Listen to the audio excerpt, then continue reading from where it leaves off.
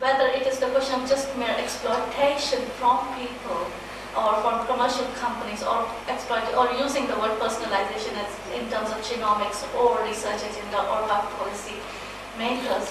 So that's all I wanted to just highlight on my project. And I would like to acknowledge my teammates, Professor Ruth Chadwick and Professor Soren Hong, with whom I'm working, and I very much appreciate their comments on my presentation. Thank you, and I look forward to the questions. Excellent. Exactly 15-minute outline in terms of ethics, well defined, so that we can follow that. And especially, I'm particularly interested in public health practice in Thailand. I think we sorely lack defined ethics guidelines. And the next objective here is to propose that what I think is needed, maybe in the next 3 years, 5 years, I'm not sure. And finally, to extend an invitation to partners to assist us, Thailand, in developing some guidelines, framework in ethics for public health practice, and maybe perhaps develop some of the things that I will be identifying later on. So Richard did a lot of good work this morning defining the gaps, but I say it again, that the public, and it's not me, you have a whole host of people saying this for me, John Lass, Bo Sherman Steinbach, Nancy Cass, Mark Roberts, and Michael Reich, and Dickens, this is just to name a few, saying that there's a lack of defined statement of ethics to guide public health practice. That public health ethics has been generally seen as part of biomedical ethics because public health has been presumed that it comes under medicine. And you know, public health person like me disagree with that because the reason was clear this morning. Public health and medicine is guided by totally different sets of values and beliefs. Somebody said there is a deep divide between the central commitment of bioethics and the value that animate the practice of public health.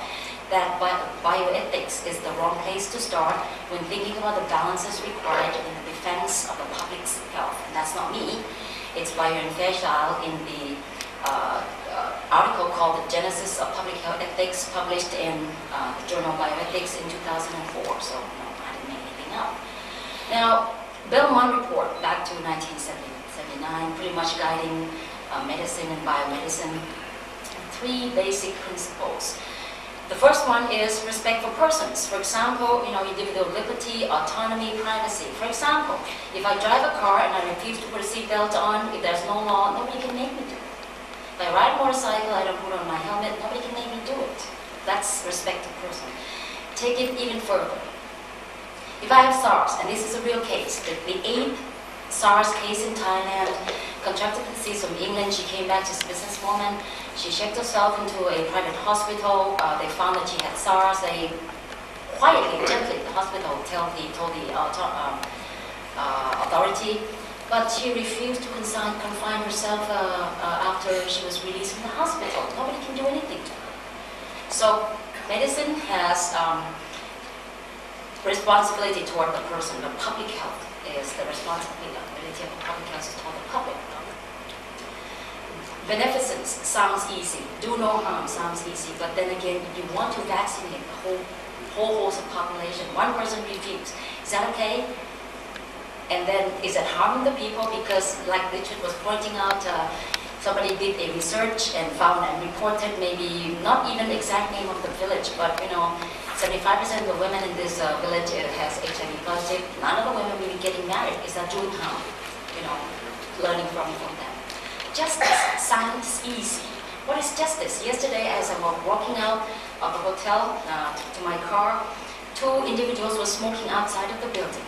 Why are they smoking outside of the building and not inside of the building? Because that's the law, saying that we want to protect the public.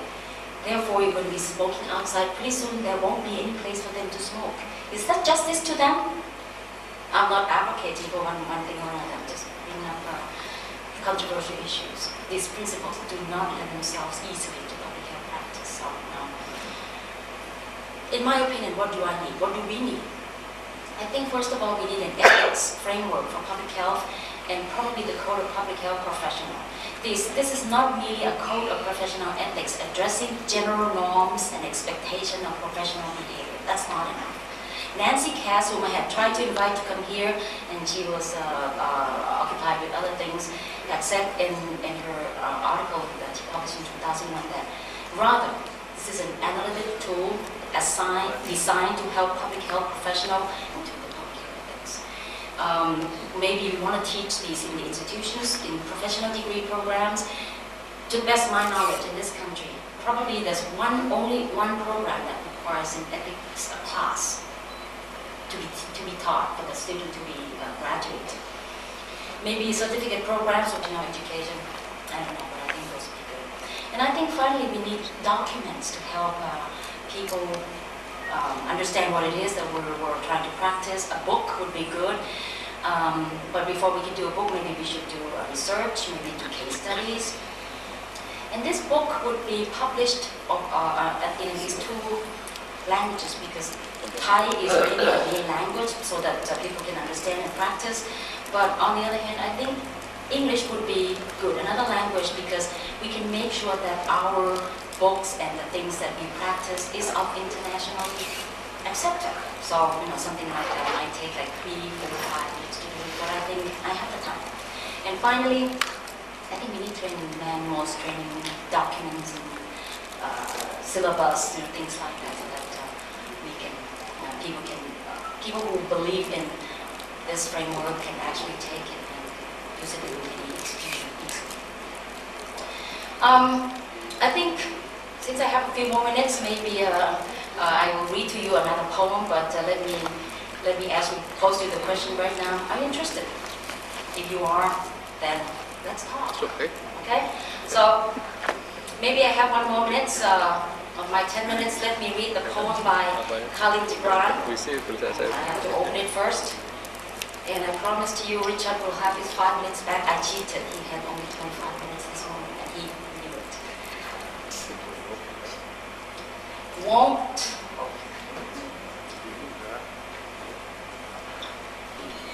And though they are with you, yet they belong not to you. You may give them your love, but not your thoughts, for they have their own thoughts. You may give them your love, but not.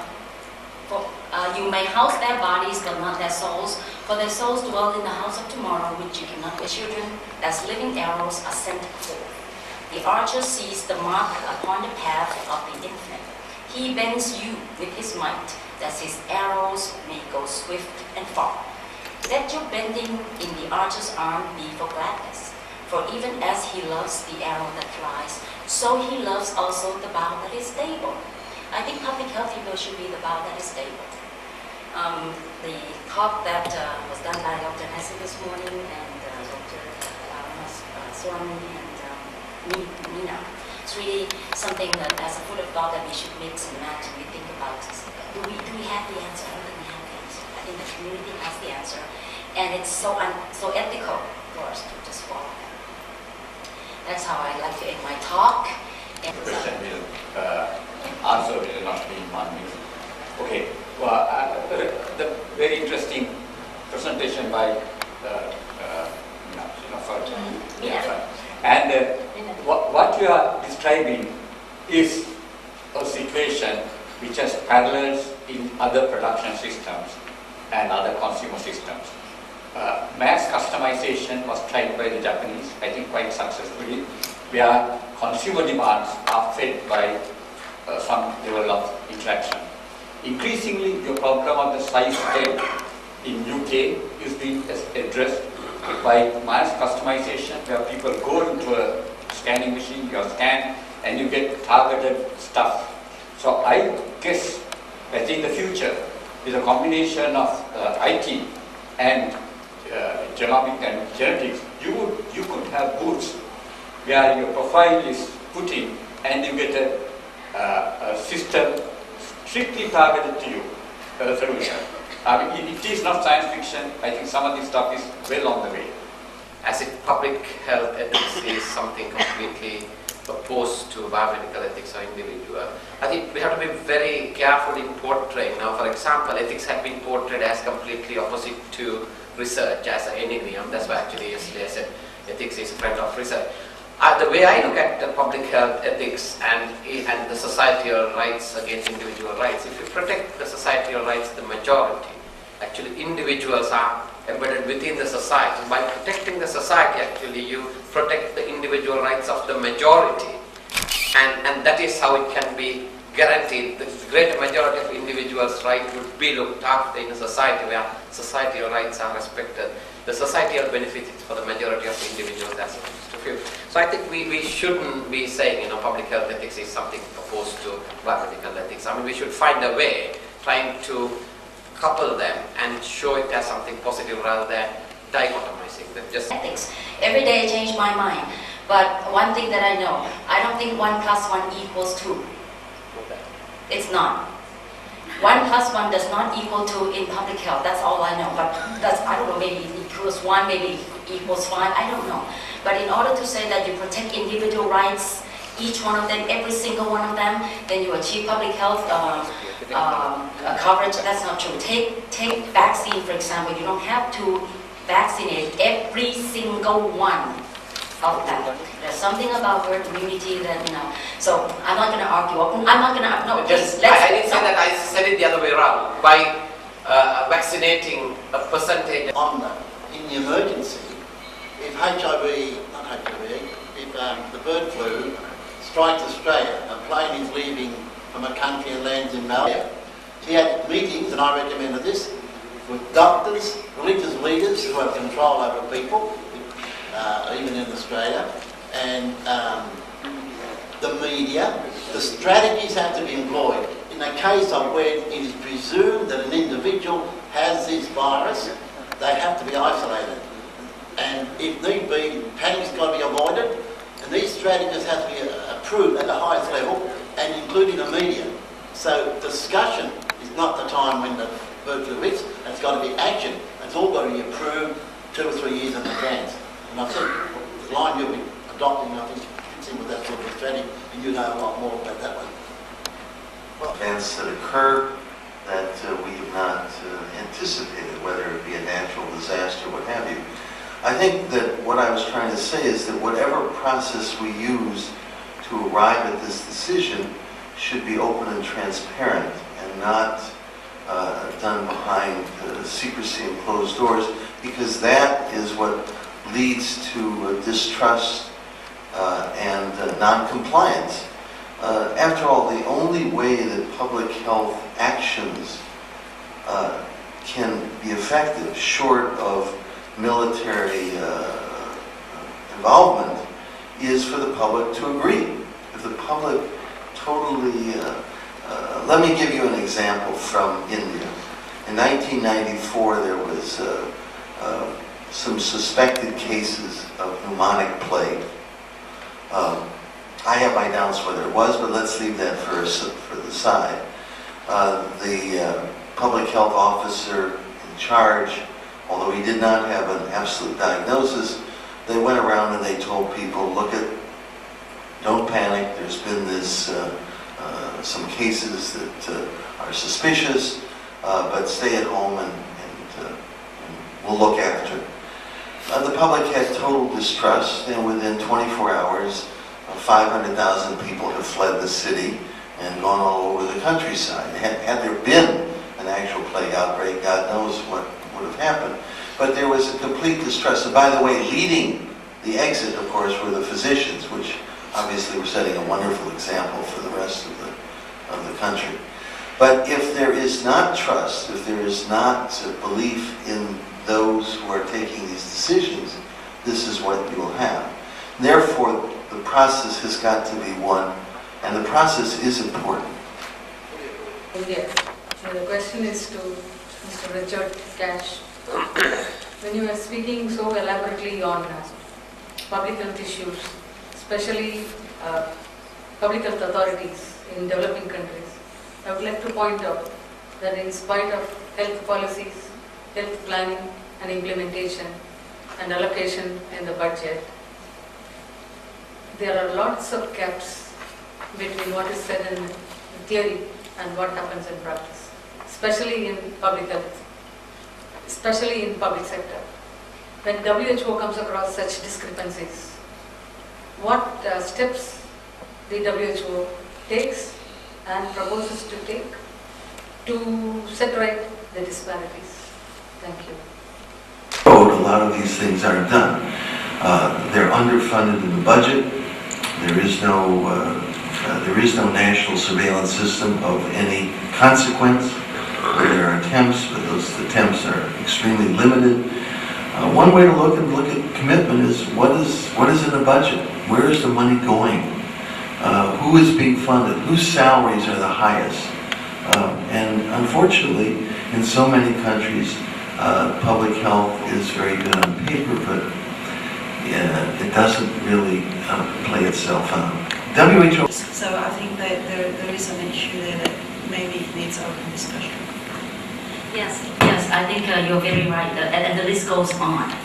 Yes, But you talk about it also. that's correct. Yeah, I think you're right. Thank you. Wendy, please. Wendy Rogers from Australia. My question's for Mina, but picking up on the gender thing.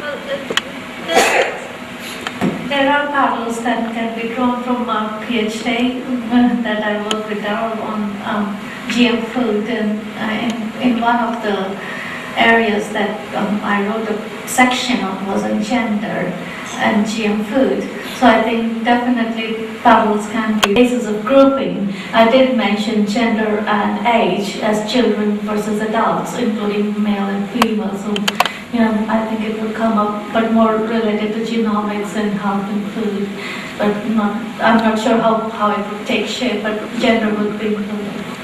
I've got a nightmare scenario of some poor mother trying to cook 3 different meals depending on the gene type of her children. Good point. Yes, last question. Now, for example, cancer treatment drug is the target to the individual. That means the genomic treatment, and that is very effective but very expensive.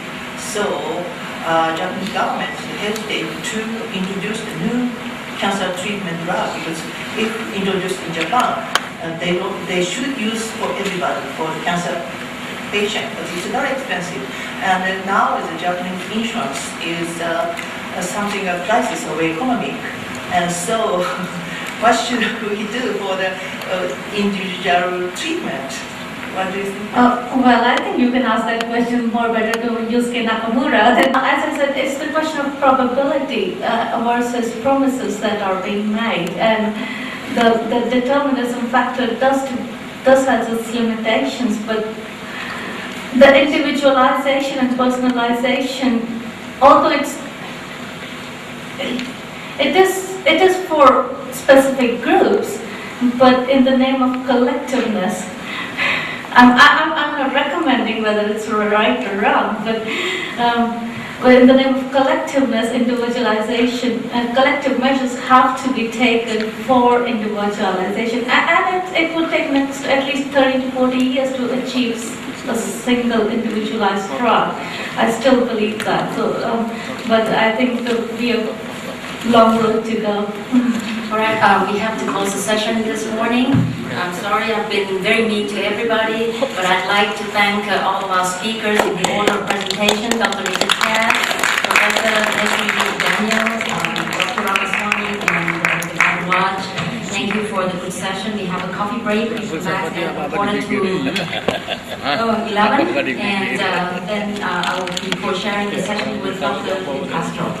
Have a good coffee break. And so we thank the center for that. This morning, second half of the morning anyway, is about ethics and research. Oh, sorry. Wrong. First speaker has just arrived, so let me give again or go over the rule of presentation. Every presenter has 15 minutes, and they can choose to just use up the 15 minutes.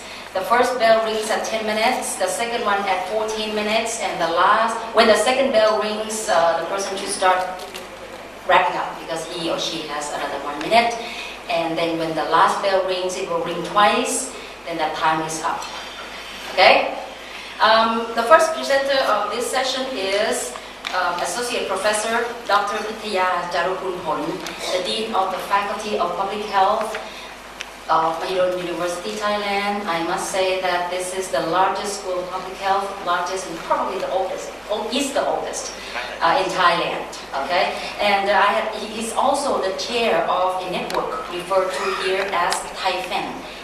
Thai and PHEIN stands for Thai Public Health Education Institute Network. There are 15 institutes here, so I think it's so appropriate to have him speak about the festival. Madam Chair and Mr. Chair, distinguished guests, and good morning.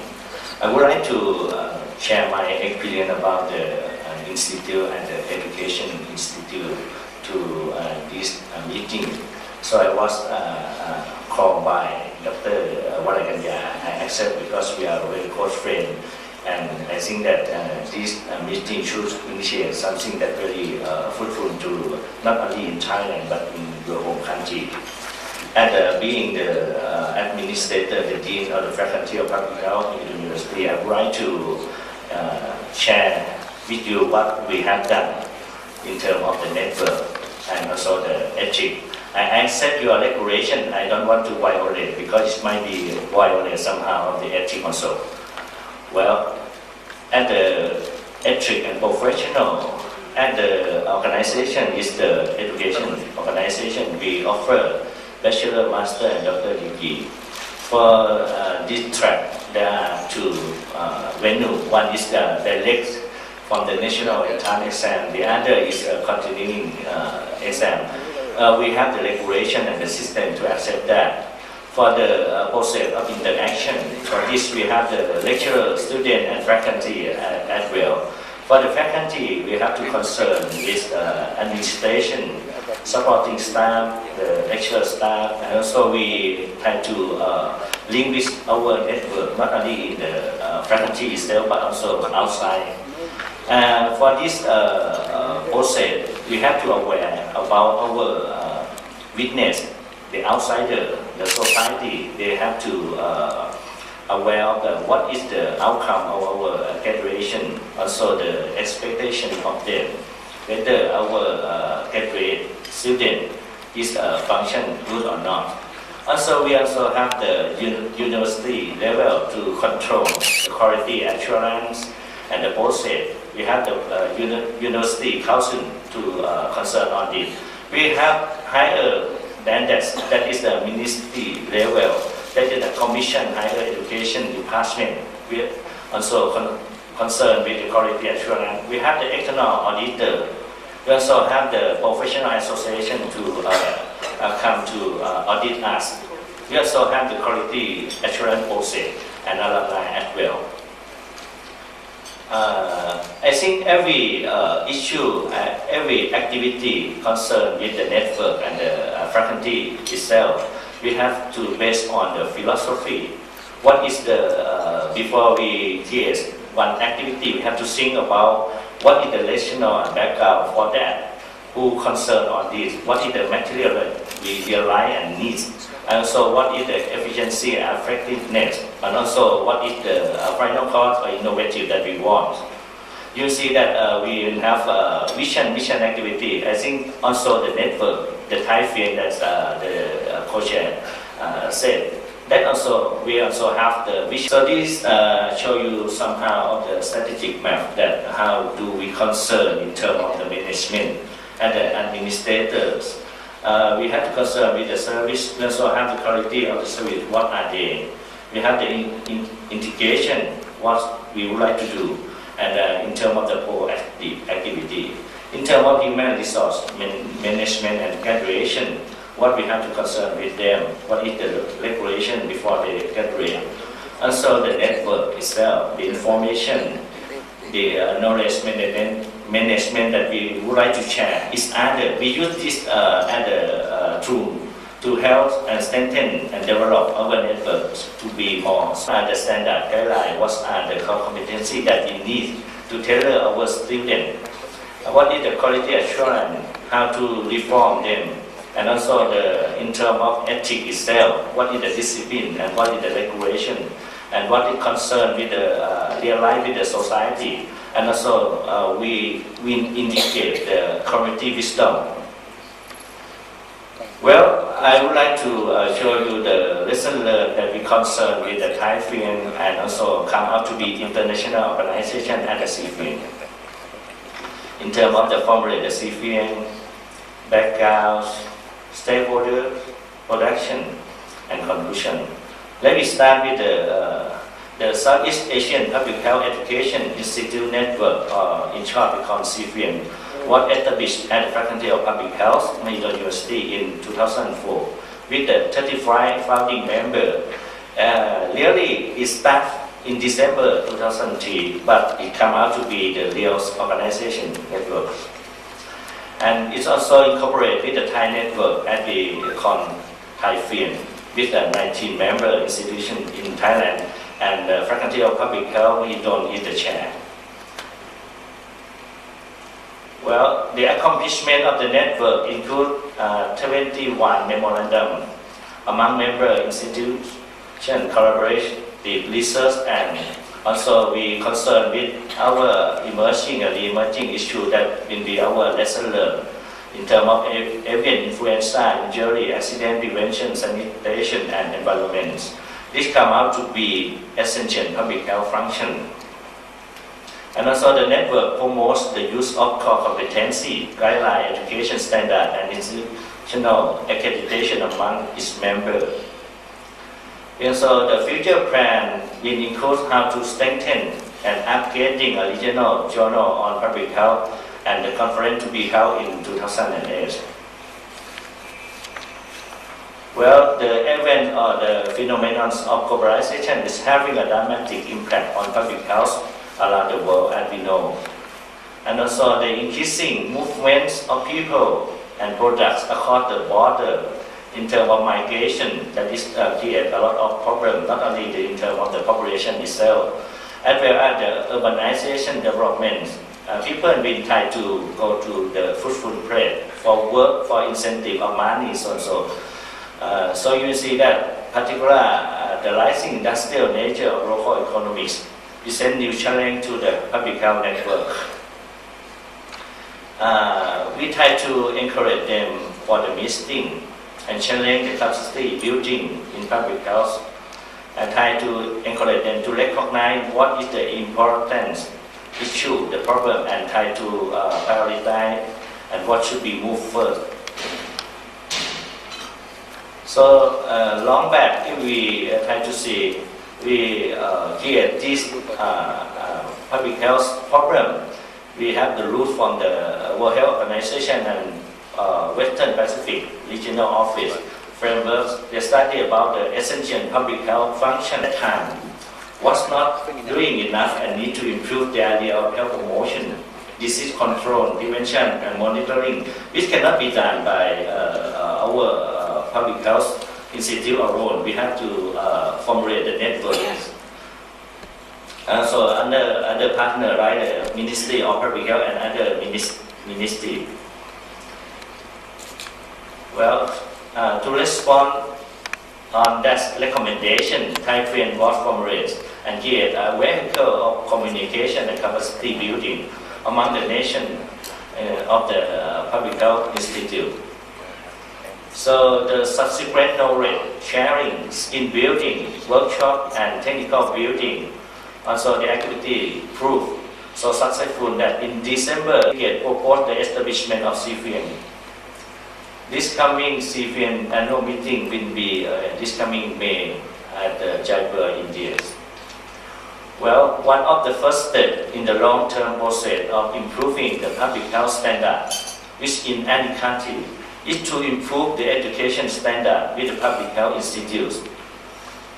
So to address this need, the minimum educational standards, accreditation, guideline for CFIN, particularly we start from the Master of Public Health program that we have the long experience about 50 years ago, was successfully adapted. Well, to help our member institute to meet this guideline workshop, so we call the MPS program educator to attend the meeting, to conduct a regular basis at the Faculty of Public Health, Mahidol. So to this sharing of skill and expertise amongst the member institutes, the goal of ensuring a high standard of education in public health, regardless of location with the CFN network, is being realized. So one successful recent example of public health capacity building workshop here at Minakshi University, we addressed the many areas of hospital management just 2 weeks ago. So this was not only attended by the area member institute, but we offer to the other countries that need it. We have the friend from Bangladesh, Maldives, and so the North Korea. So the workshop includes the discussion, the process of learning, also the experience sharing, which is member country in terms of SARS and the scenario, and also the avian flu, and how to manage the emerging and emerging disease. Well, these are only the 2 examples that I would like to share with you, but we see that CFN as a potential partner and organization in terms of capacity building activities, such as this, as being invaluable vehicle in the continuing and expanding advancement of Southeast Asian public health today and for the future. So I would like to conclude this, maybe not relevant to the scenario that I gave to you, but at the role and function of the faculty and also the network, we have to bear on the ethics and professional oath. We also assign each particular member about the job description specification, so we have the regulation on that. So this somehow one pillar of the ethics. We also have the professional oath and practice, that also maybe other word we could say that more or less is the same as the guidelines of the accreditation, also guideline for the common practice, guideline for the good practice. We also have the research study. We have the ethical committee at the faculty level, also the university level. We also now the Minakshi University formulate one kind of the what we call the general study. That is the group of a subject, the new subject, try to strengthen how to be the good human being. We encourage it and incorporate it for the bachelor degree student on the first year, 30 credits. So this just show you an activity that we have done. So I think that I used to and welcome for some comment and suggestion. Thank you. That's good. So I think just for a change, maybe we have one question here. So maybe I should ask, how many countries in CFN and how many countries with the Western Pacific region, please? For the CFN, so far the member, we have the 35 member, but for the country we have about 12 or 10 or 12. For the Western Pacific, sorry, I cannot give you the answer. So Western Pacific region is not part of it. That was one question, sorry. I think I would like to ask Dr. De Castro to take over the chairmanship and you will run the session. The next presentation is going to be given by Dr. Simvakhani. She is Professor of Politics and Public Administration at the University of Madras, and she was responsible for introducing bioethics. Thank you, Leo, for the kind introduction. My paper is going to highlight the role of public and private sectors in healthcare, emerging ethical dilemmas in India. Next one. The 2 factors which are important, I am not going to highlight all the slides. 2 factors which are very important in public health, personal health or urbanization, and overcrowding and environmental quality. Next slide, please. Significance of the studies. The government in the developing countries, as in the developed countries, do not take sufficient measures of public health ethics, even though it is the major health provider or the healthcare provider for its citizens. people living in the developing world, especially 70% of them are in the rural areas, have little or no access to medicine and healthcare. Coming to healthcare utilization pattern by the people, the private sector has made a lot of inroads, and the private sector is performing well.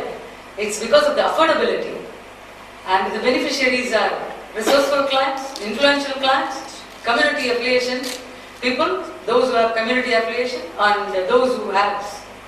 But when you come to ethics in the provision of healthcare in the public sector, there is no ability, that is affordability, there is no availability, and there is no accessibility. All the three are lacking as far as public healthcare systems are concerned. And people who go to public sector or public healthcare system are those who are in the below poverty line, lower and middle income groups, orphans, people living in streets and slums, who are responsible for contagious communicable diseases, and the people who need medical attention for chronic diseases, and especially the rural people. Coming to public health programs for communicable diseases, we have a wide range of programs, national healthcare programs, National Malaria Eradication Program, National Tuberculosis Control Program, National AIDS Control Program, National Filaria Control Program, National Cancer Control Program. This is for non-communicable diseases. National Program for Control of Blindness, National Nutrition Program, National Mental Health Program, National Diabetes Control Program, National Oral Health Program, National Cancer Control Program, National Leprosy Eradication Program, National Goiter Control Program, National Program for Cardiovascular Diseases, especially cerebral palsies. Now this table will depict what are the effects of the program and what are the influences. When it comes to national health programs, all the programs, there is low commitment in public sector, lack of support from the personnel, they are indifferent mostly to the patient care. But when it comes to the private sector, the national health programs do not have any impact at all. They treat the patients for money.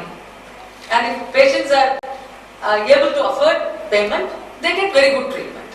When it comes to non-communicable disease control program also, the change as far as public health care systems are concerned, there is a change in the lifestyle which is sedentary, which has resulted in increase of non-communicable diseases.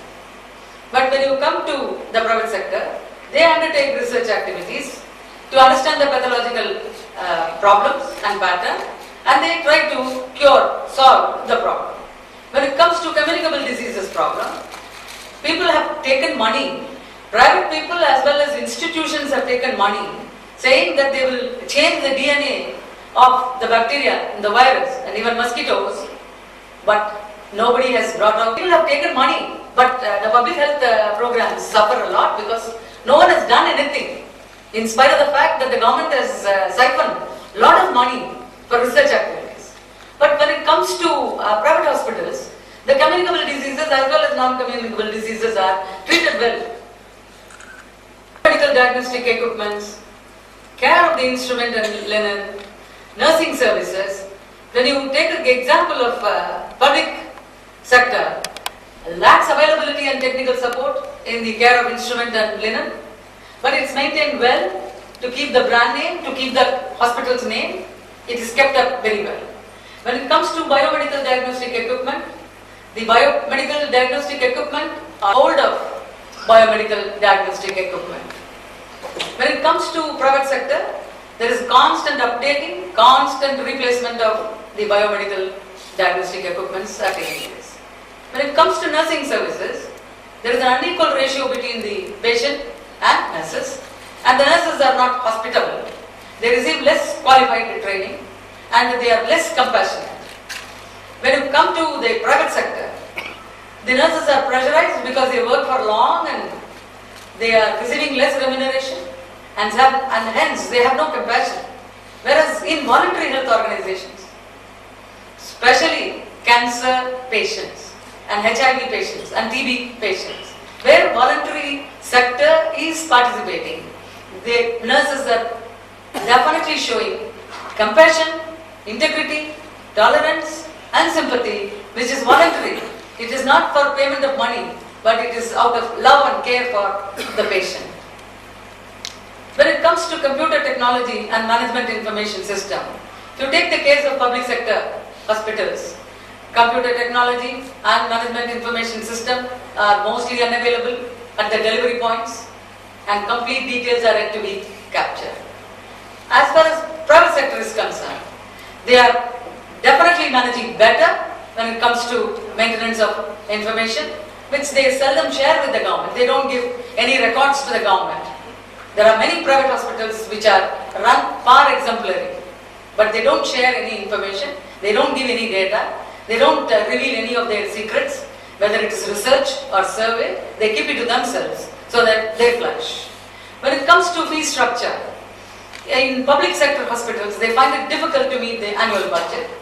But when you come to the private hospitals, they compete with one another and for a large margin of profit, and most of them they get away with a very large margin of profit, and people from different countries come and take treatment in the private sector hospitals. When it comes to medical records, in public sector hospitals, unless the patient demands, makes specific demands, written demands, no records are given to the patients at the time of discharge, because there has been no maintenance of records and they do not share these records either with the patients or with the family of the patients or with the researchers. It should be handled by very experienced staff and continue to be maintained by people who know the history of the patient. If they maintain the records, if they are allowed to maintain the records properly, then there will be proper maintenance of records. But in the case of private hospitals, they are maintained well, but the doctors are reluctant to share the medical records, because in future, maybe in another 6 months, if the patient is going to fall sick, the patient might take the hospital to the court under Consumer Protection Act. So they are reluctant to part with the records, but if the patient insists, they give the records completely. When it comes to health partnership, non-profitable organizations, in partnership with the state and the central government, and they should be able to effectively respond to the health needs of the vulnerable population groups, workers, women, children and elderly in the society, and this must be vigorously pursued.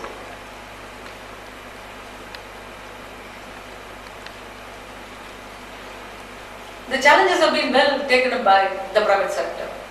Biomedical technologies and the practice of biomedical technologies in the private hospitals are really excellent, and most of the patients come from Middle East, from South Asia, from Southeast Asia, surgeons as well as physicians, and the healthcare that is given in the private hospital is really very good. And there must be training modules to include suitable behavioral approach to patients on the part of both the physicians as well as the nurses, and the pay scale of the doctors must also be on par with the pay scale of the private sector hospitals. Now I am coming to... Thank you. We can take a few questions. I missed the first part of your talk, so you covered this. But I was struck by the whole issue of the reporting of disease. Going back to my morning talk, we found in Trivandrum that it's impossible to find out how many people have TB or how many people have HIV, since the records are withheld from the private sector. Now, clearly, this is an issue of national priority, that at some point in time the governments have got to say these are reportable diseases. But from an ethical perspective, how do private institutions justify the withholding of information that affects the general public health? That is, it is important to know who has tuberculosis, or how many have tuberculosis, not even who. How many people are being treated for HIV/AIDS and so many other conditions. How do you see this being addressed? Because it's certainly, if it's not being addressed in Kerala, it's certainly not being addressed anywhere else in the country. Mostly the public sector hospitals, even in national health programs, they don't maintain proper records. It is to escape the public's criticism. Because if the mass media comes to have a knowledge about this, immediately it will be flashed in the papers. And the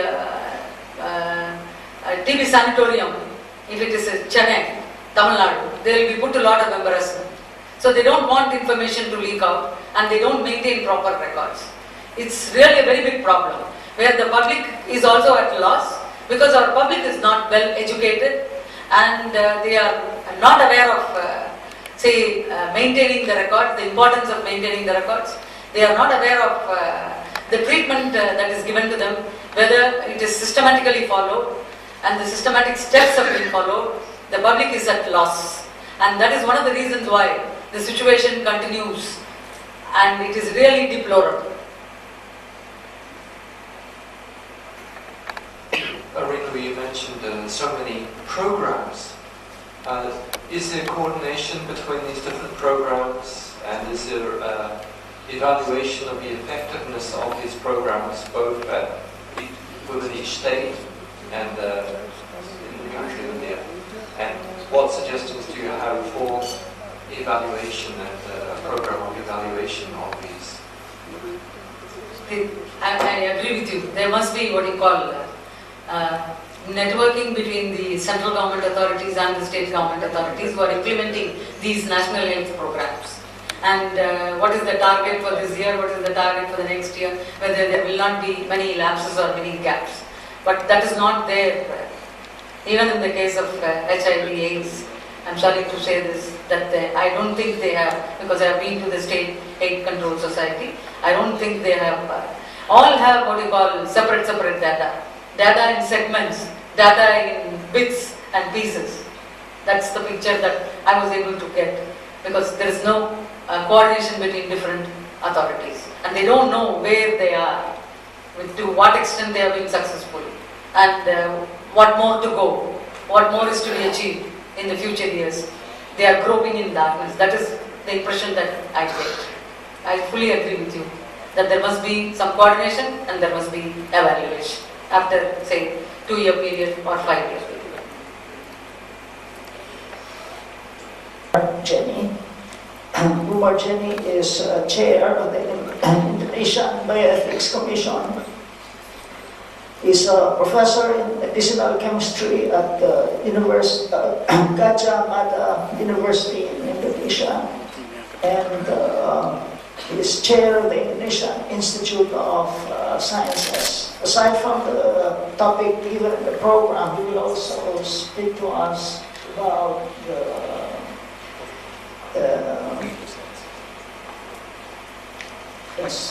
the proposal of Indonesia to host the next Asian Bioethics Congress. Good morning, ladies and gentlemen. First of all, I would like to thank the organizing committee for inviting me to present my paper at this very prestigious conference. In my presentation, I would like to talk about the scope of area of the bioethical issues, and then I would like offering my country, Indonesia, as host country for the next ABC meeting 2008. But allow me first to talk about the terminology of bioethics to remind us. Some people say that bioethics is a kind of new discipline, but other people say that bioethics is not a discipline, just an integrated activity. Let us see in the Oxford Companion of Philosophy.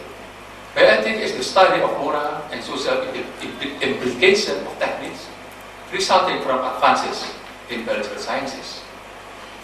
But Van Rassenbutter say that bioethics is a new discipline which combines biological knowledge with a knowledge of human value system, which would build a bridge between the sciences and humanities, help humanity to survive and sustain, and improve the civilized world.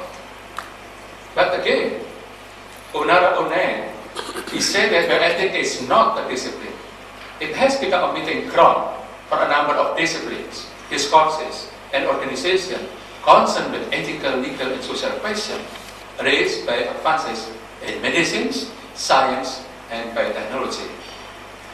Professor Sahid Aksoy from Turkey also said that bioethics is a quasi-social science that offers solutions to the moral conflicts that arise in medical and biological science practice. Whatever the division is, or whatever the division are, but we agree that bioethics concern with application of biological sciences, mainly the advanced biological sciences, on certain kind of subjects, such as in medical, environment, agriculture, industrial, and so on. Let's see, in the Asian Bioethics Association Constitution, that bioethics is an interdisciplinary study of philosophical, ethical, social, legal, economic, medical, therapeutic, ethnological, religious, environmental, and also in biosphere. And we talk about the four principles of bioethics, namely respect to autonomy, justice, beneficent, and non-maleficent by both harm and interest. These four principles also found, according to Dr. Aksoy, in the teaching of 13th century Muslim scholar Maulana Jalal Rumi. These four principles mainly used in biomedical ethics or medical bioethics. But I believe, and I think you are with me too, you agree with me too, that these four principles can also be used on certain kind of subjects, such as environmental bioethics or agricultural bioethics, and so on. Reference on year 2005. This declaration consists of 15 articles concerning principle of bioethics, including interconnection between human beings and other forms of life. As we can see in the Article 17, entitled Protection of Environment, Biosphere and Biodiversity, due regard is to be given to the interconnection between human beings and other forms of life, to the importance of appropriate access and utilization of biological and genetic resources, to respect for traditional knowledge, and to the role of human beings in the protection of environment, the biosphere, and the biodiversity. The Universal Declaration on Bioethics and Human Rights is a comprehensive bioethical document. So it is not only concerned with relationship between human beings, but also our responsibility to other forms of life, and also our responsibility to the biosphere and biodiversity. The four principles of bioethics then is elaborated in this declaration to about 13 principles, including human dignity, human rights, benefit and harm, and so on, up to the protection of environment, biosphere, and biodiversity. So, now we are agreed that bioethical issues covering a wide aspect of things, such as in medical, in agriculture, and environment, and industrial. I would like to skip because it is time constraint. Now, at international level, we have 3 legal documents concerning bioethics. The first, in 1997, Universal Declaration on Human Genome and Human Rights. Second, International Declaration on Human Genetic Data in year 2003, and Universal Declaration on Bioethics and Human Rights. These 3 documents can be used as a guideline for us when we are making national regulatory concerning the bioethics.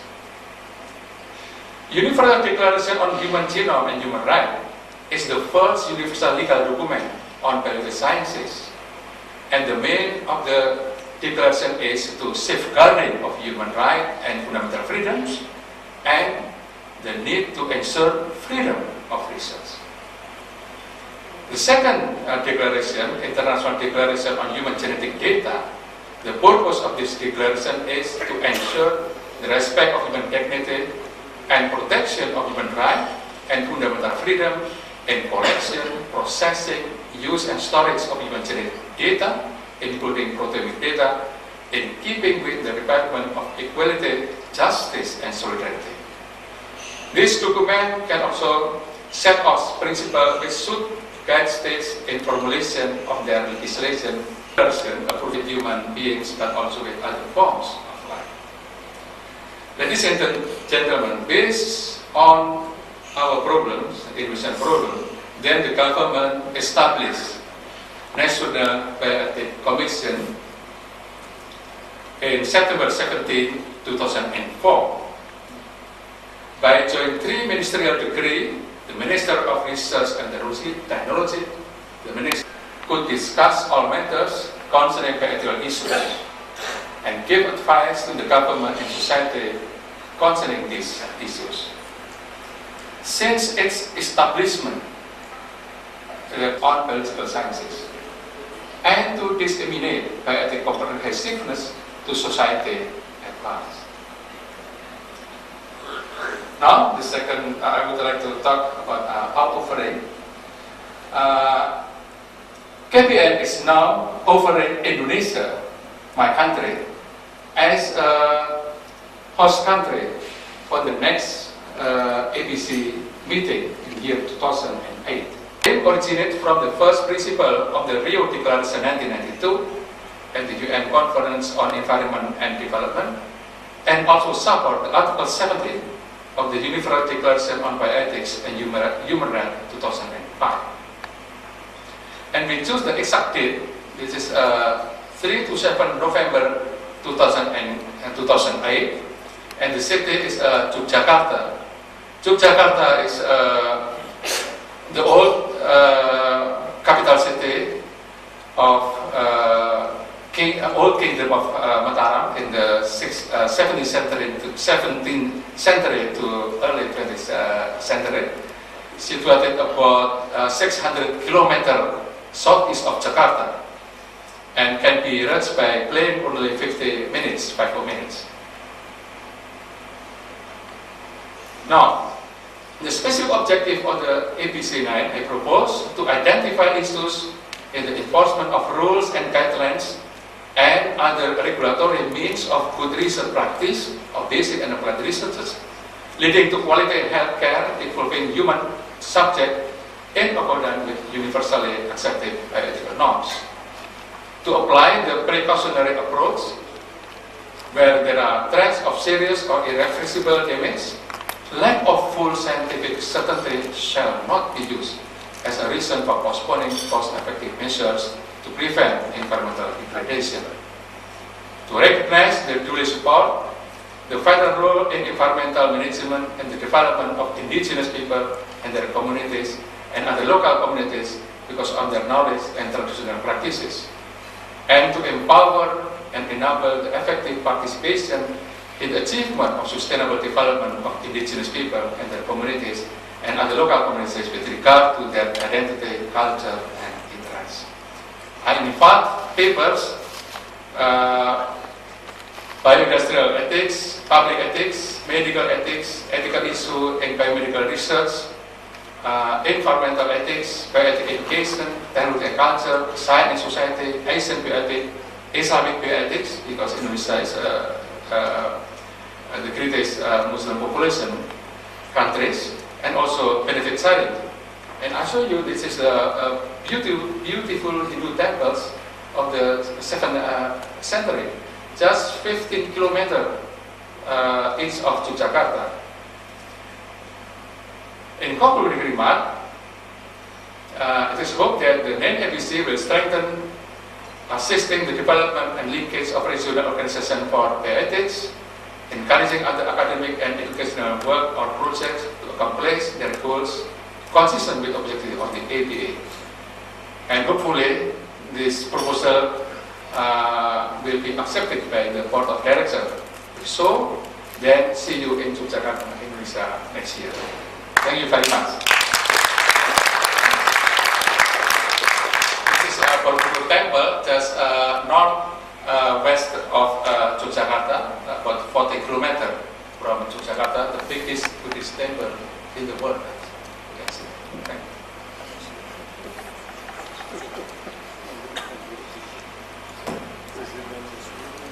Questions?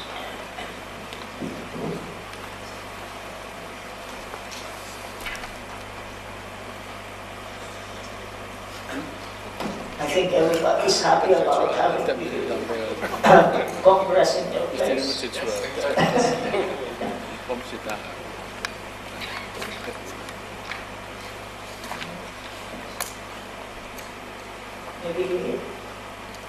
Maybe I can ask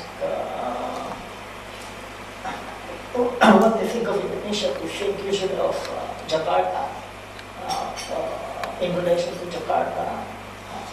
How would one travel to Jakarta? It is very easy to travel from Jakarta to Yogyakarta. Take only 50 minutes by plane, and there's a lot of planes, a lot of airliner go to Yogyakarta from Jakarta. So if you, and also friends from Singapore or from Malaysia can directly go to Yogyakarta maybe. It's not so difficult. By road is not bad. Driving from Jakarta to Tokyo is not bad. I don't really Yeah. Take about 10 hours. You're afraid of why? Which issue? And deal also with so maybe call that is for the general meeting.